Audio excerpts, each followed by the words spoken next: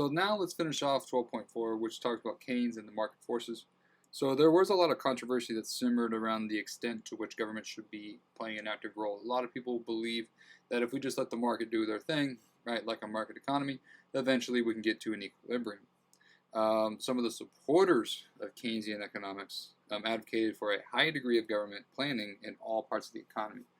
So because agri-demand can be very unpredictable in the sense of consumers and businesses buying stuff, a lot of these Keynesian economists believe that we need to have government making sure, like, hey, if we're in a recession and no one's going to buy anything, we need to have expansionary fiscal policy, which was more spending, government spending, to get us out of the recession.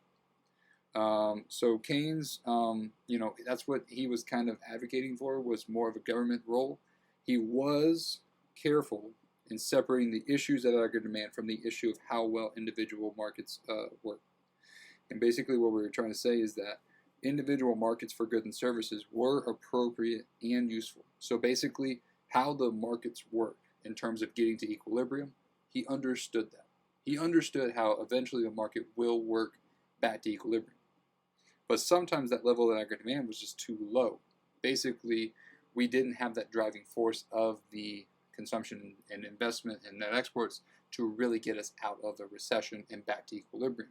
We needed that extra bit. And that extra bit would have been government spending and taxes.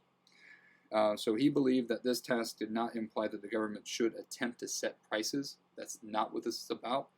He did, and he was not advocating for a takeover in managing large corporations. What he was advocating for was just spending money.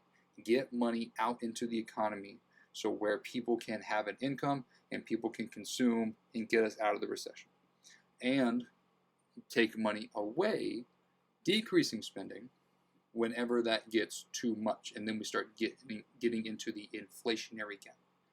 So Keynes is not saying to do set prices and government control. It's not what he's saying. What he is saying is that the markets are well functioning, but in terms of aggregate demand, we do need to have other forces, such as the government, to have more spending or less spending. Right? So governments are not, this is not a command economy that Keynes is advocating for.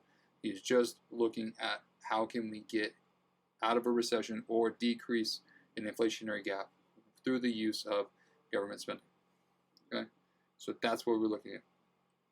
Okay? So that is the end of chapter 4. I'll see you in the next video.